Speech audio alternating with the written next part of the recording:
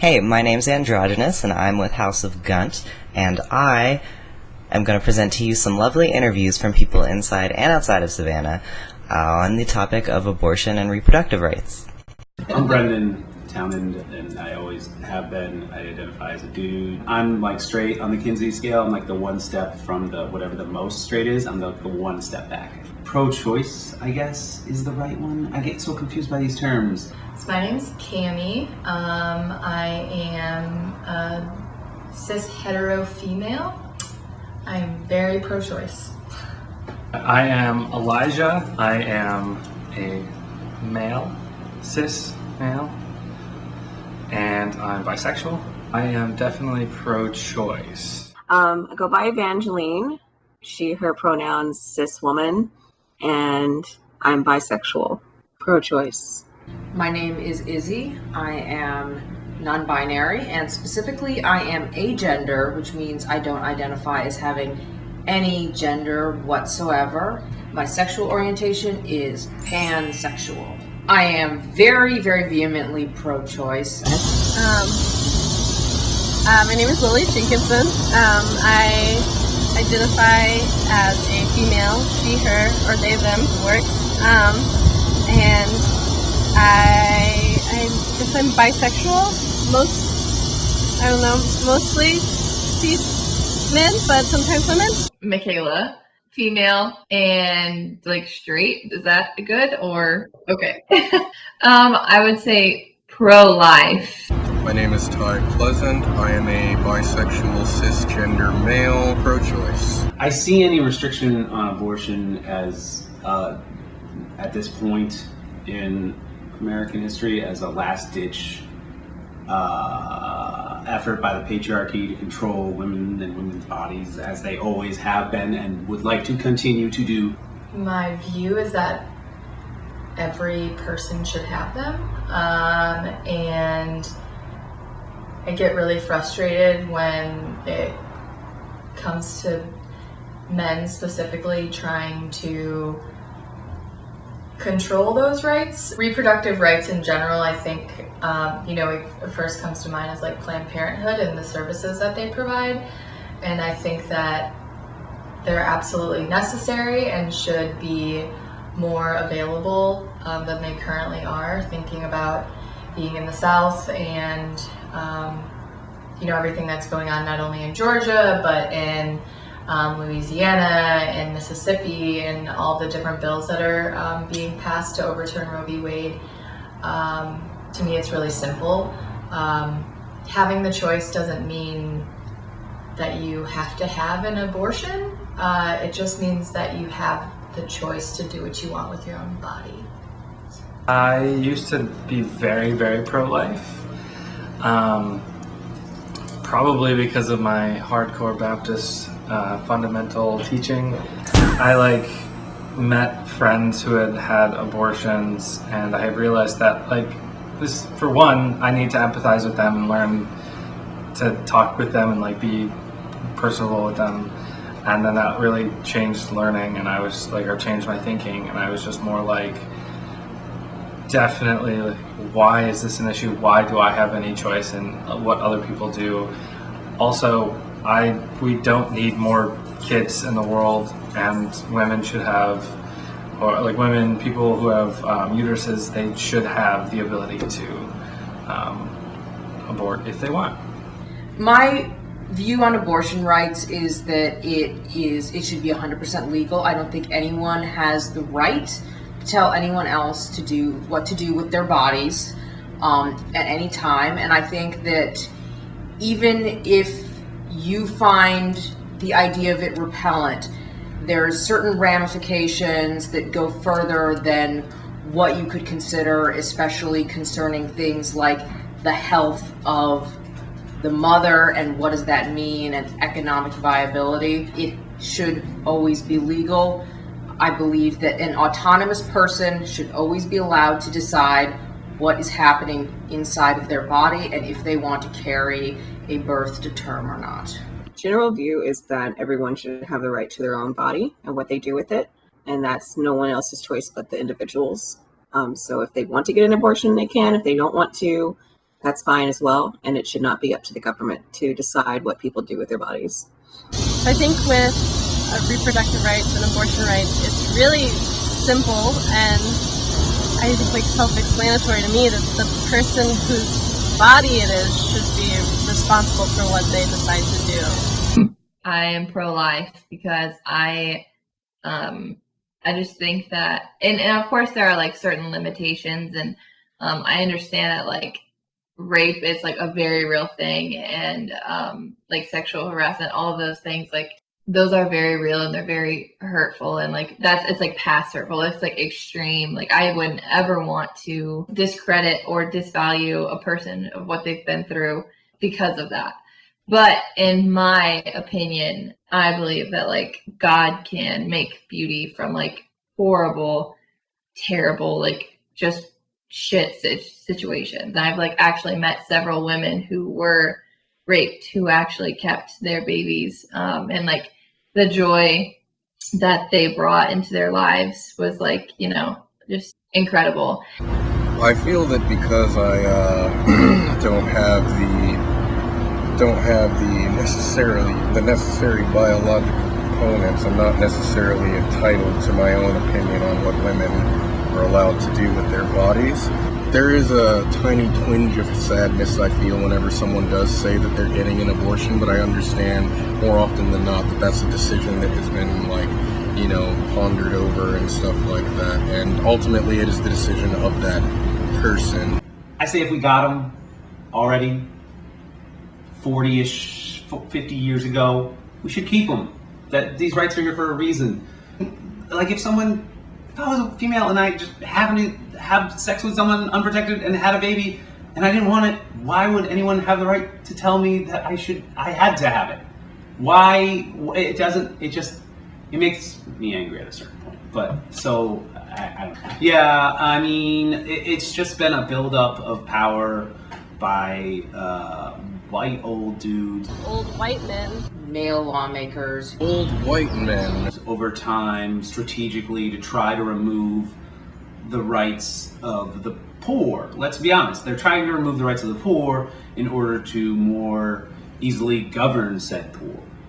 You know, when poor people have the right to have an abortion, when they have the right to free education, when they have the right to public services and assistance, that means that they have a higher likelihood of breaking a generational poverty gap, which is ginormous in this country. And so when you remove these services from these people, you're basically keeping them in a state where they cannot bring themselves up out of this without other means. So basically you're condemning them to systemic poverty, basically.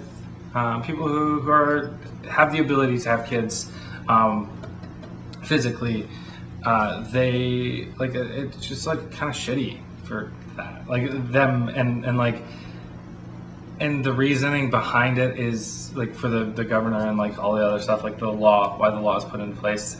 There isn't really good reasons behind it. It's just a way to suppress and maintain power and keep people, and generally women, in a lower social status if they have to be the ones always like caring for kids. It's really frustrating to see 40, 30, 50 or whatever white men standing around a large office signing a bill on women's rights. It's bullshit. That made me so scared. What they would do to people that would have abortions, or if it's accidental, or just a bunch of bullshit. I've never in my life, I think I'm like living a dystopian book. I don't know what the fuck is going on.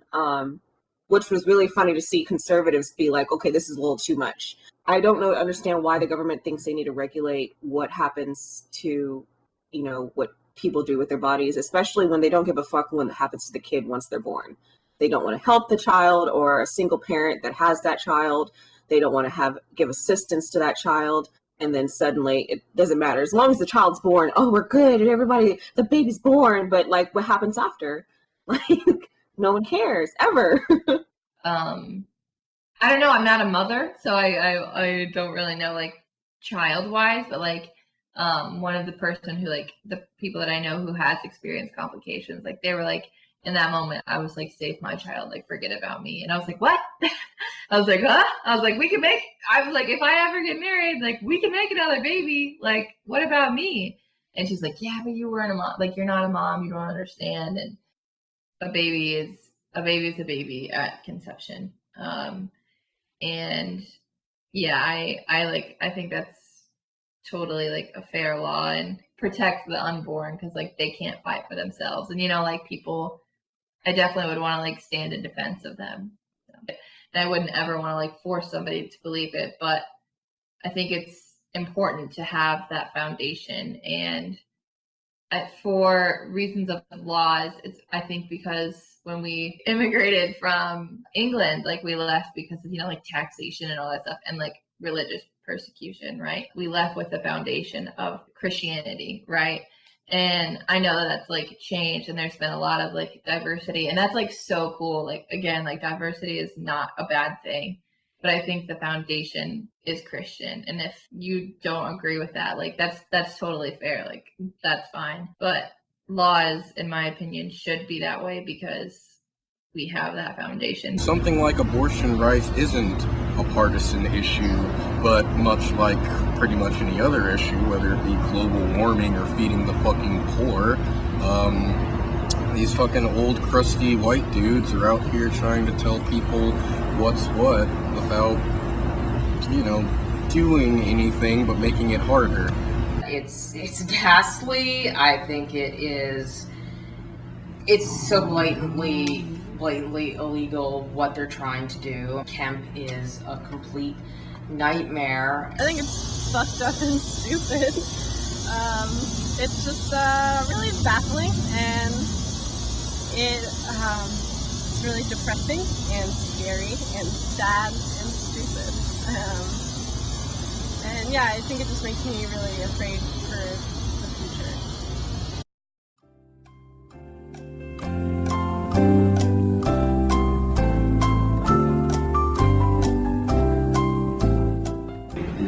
Honestly, first time I've ever thought about it in my life, if that's helpful. I actually don't have much knowledge directly.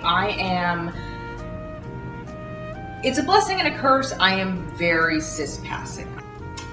I don't. I would assume that there's not much out there about it. But I don't really know.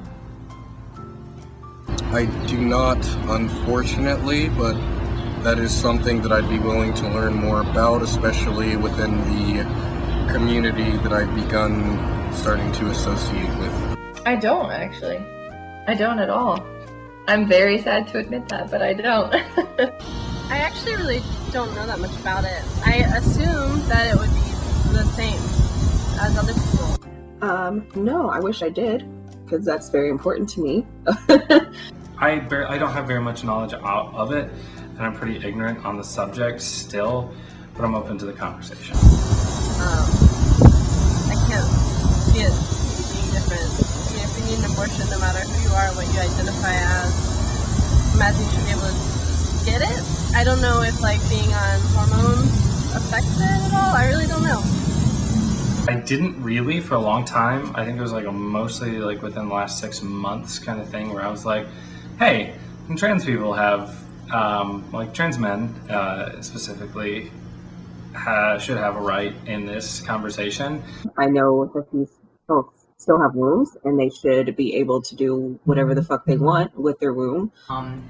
I honestly can't imagine from where I am, as somebody who is not in the process of transitioning, as someone who has not transitioned, who has not been on hormones, I don't think I have enough experience to speak. Hi, my name's Anne Drogynous. Alright, I know what you're thinking. Who is this narcissistic asshole interviewing himself? Well, one of the big issues related to trans men and AFAB people on hormones in relation to abortion rights is that we don't really like to talk about it. So, there were very few people that I knew that would be willing to step up and talk about this. I am a transgender man. I identify as pansexual. I am pro-choice. I'm going to educate you about trans men and non-gender conforming people on hormones and how that relates to abortion rates and reproductive rights. So first of all, something that people don't know is trans men can get pregnant. AFAB people with their uterus, hormones or not, they can get pregnant. There are definitely some trans men and gender non-conforming people that do want to carry children, that is a thing, and give birth and have their own child.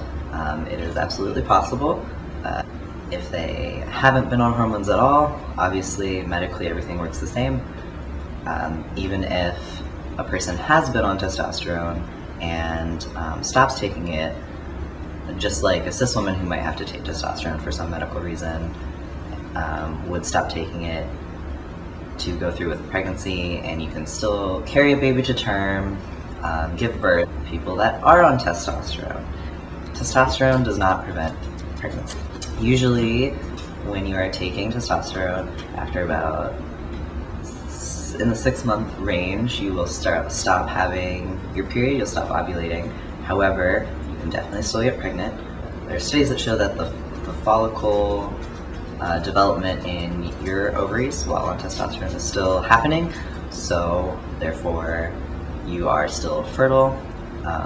It is a lot harder. There is a less % chance that you will get pregnant, but it's still definitely a thing. I actually personally have been on testosterone for almost a year now, and I also have an IUD because I would like to not get pregnant, and it is possible. So all of this in relation to abortion rights and reproductive rights should be very obvious. However, some people don't realize that with the laws going on and the general discourse about abortion rights definitely affects trans men and other AFAB people on hormones or not on hormones. Some people don't even think about that.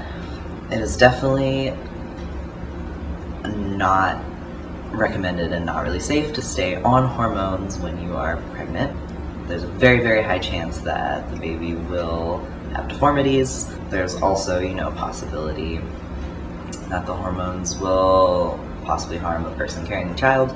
In relation to the pregnancy, there's a lot of hormones going on when that's all happening. So not having access to abortions as a trans man who's transitioning and on hormones and does not want to be pregnant and can still possibly get pregnant, it is very mentally and physically damaging if you are going to be forced to carry a child that you don't want to carry. Physically, obviously, there are tons of lasting physical changes after having a child, and then the whole process of being pregnant is extremely upsetting if you're someone who has body dysphoria, if you're not comfortable with your body in relation to, womanhood or femininity or whatever those things are related to. Being pregnant is also very mentally damaging because a lot of trans men don't even want to think about the fact that they have periods. They don't want to think about the fact that they have a uterus. It's really hard to talk about and triggers a lot of dysphoria. Talking about the horrible mental effects it might have, emotional effects it might have. Suicide attempt rates for trans adults is about 40% already. And a lot of studies show that trans men, it's even higher, almost half, like 50% of trans men have attempted suicide at some point. Like, I can't imagine personally. I would not be able to physically and mentally handle it, to be 100% honest. And so imagine becoming the person you finally want to be, the person you've always felt that you are, and then having that ripped from you and taken from you because a bunch of majority Christian-leaning, white, old men decided that women who have abortions are murderers. And I say women because that's what everyone is saying. They're saying abortion rights is a women's issue, which it's not just a woman's issue. It's not a man's issue, it's not a men's issue, but it does affect people who do not identify as women. Using this language is problematic and really damaging, not only because there's already no education about AFAB, trans, gender nonconforming people in relation to reproductive rights in general, but it's also damaging to the trans populace because trans men especially don't usually want to enter women's spaces and argue in the space of women's rights because they don't feel welcome, and sometimes it isn't related, but in this case it definitely is related to trans men. The social association with pregnancy and abortion rights with womanhood and femininity is very, very hard to grapple with, and part of the reason a lot of trans men don't speak up about it is because that's not something they want to identify with. It is very much a language issue, and I don't really know what you could use instead. Some people say uterus having people, AFAB people, but that still invokes some body dysphoria, but still maybe a better option. However, it's definitely something that needs to be talked about. Trans men and gender nonconforming people with a uterus need to be included in the conversation. But what you can do about this, obviously, is now you know, if the discussion ever comes up, make sure you correct people who are solely saying it's a women's issue.